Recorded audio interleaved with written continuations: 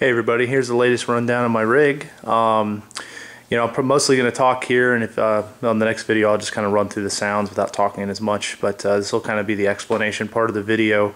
Obviously I'm going for like an Eric Johnson type setup.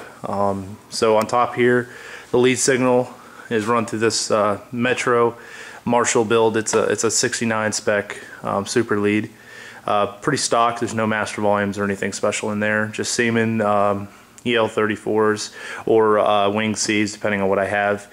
And then the preamp section has some black plate RCA preamp tubes. That runs into the bottom cabinet, and this cabinet here is a early 80s JCM 800 cabinet that I had had a new grill cloth put on it. It's, let's say, like a woven cane grill cloth. It kind of rounds the high end off a little bit, and it's got G1265s in it. The lead signal, everything runs into the wah tuner first and the selector, and also the univibe. The univibe can hit any selection, but mainly it's the tube driver you see here. Sometimes I have the AC booster on. Right now I don't. I'll kind of show you on the demo part of it with it on and off. It's just very subtle. It adds a little bit of clarity in mid-range. Without it, it's a little less gainy and cuts through pretty nice. So, and it hits the Echoplex. And then the last thing it touches is the AC booster and runs into the both channels, both of the top channels, the treble and bass channels on the super lead with the Y cable. The EQ settings are set like this for the video, so volumes are pretty cranked.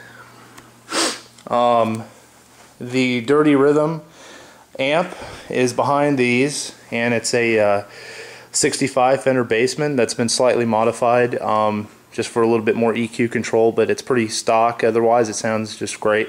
I have like a medium gain preamp tube in V1, so it's not so gainy like some Bassmans can get, but it's not super clean. It's kind of in between. That runs into the back here, into this back cabinet.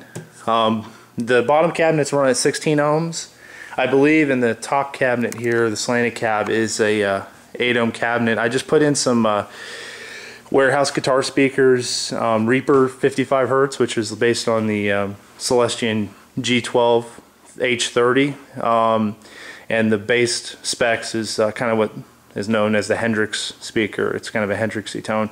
A little bit lacking in the bass, but a lot of warm, rich mids and a really rolled off high end. So it's a great cabinet for like an Eric Johnson or Hendrix type tone. The cabinet itself is a mid 70s cab. It actually had the basket weave on it, which looked great, but it didn't match. So I put the old style cane grill cloth on it, and it looks great.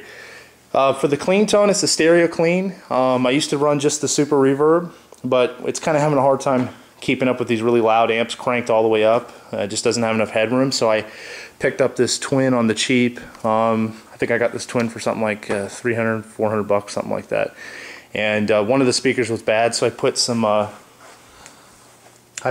Webers. You probably can't see that, but I put some Weber Californias, which are based on the Jensen. I'm sorry, not the Jensen. The D120, the old D120 speakers.